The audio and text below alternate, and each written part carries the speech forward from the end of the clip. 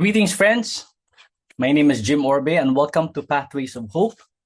Today is the 9th of November, and for the Catholic Church, this is a feast for the dedication of the Lateran Basilica. And the Gospel reading for today is taken from the Gospel of John, chapter 2, verses 13 to 22. So, a reading according to the Gospel of John. The Passover of the Jews was at hand, and Jesus went up to Jerusalem. In the temple, he found those who were selling oxen and sheep and pigeons and the money changers at their business.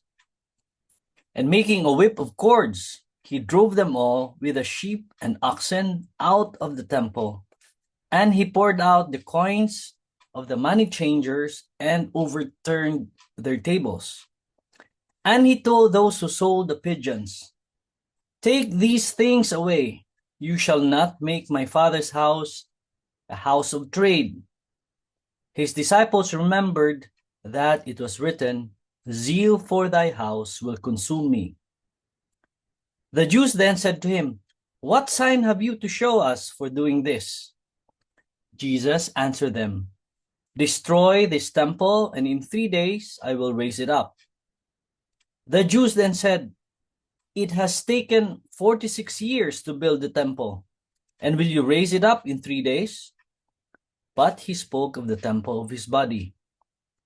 When therefore he was raised from the dead, his disciples remembered that he had said this, and they believed the scripture and the word which Jesus had spoken. Friends, the gospel of our salvation.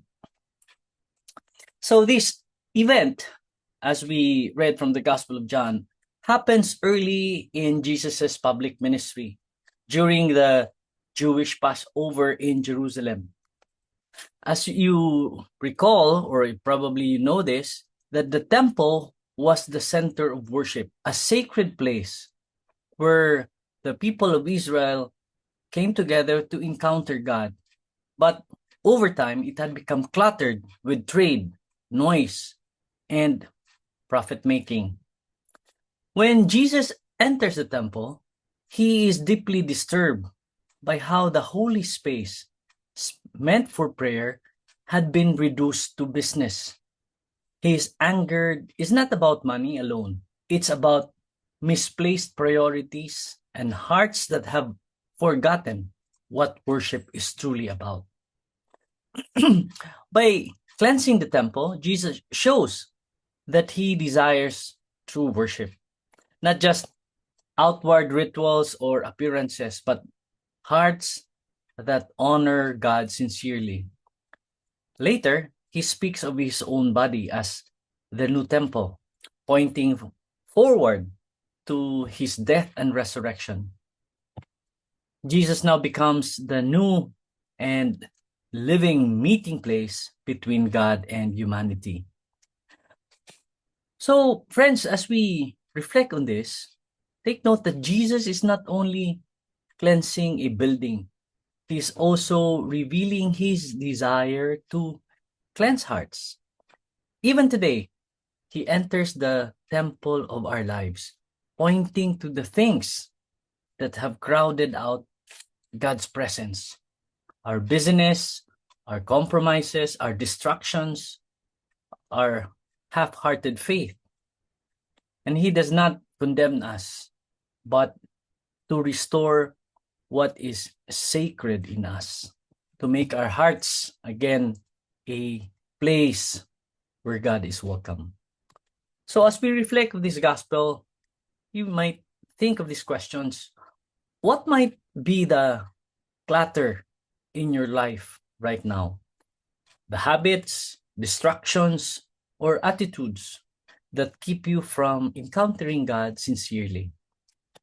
What would it look like for Jesus to cleanse the temple of your heart today?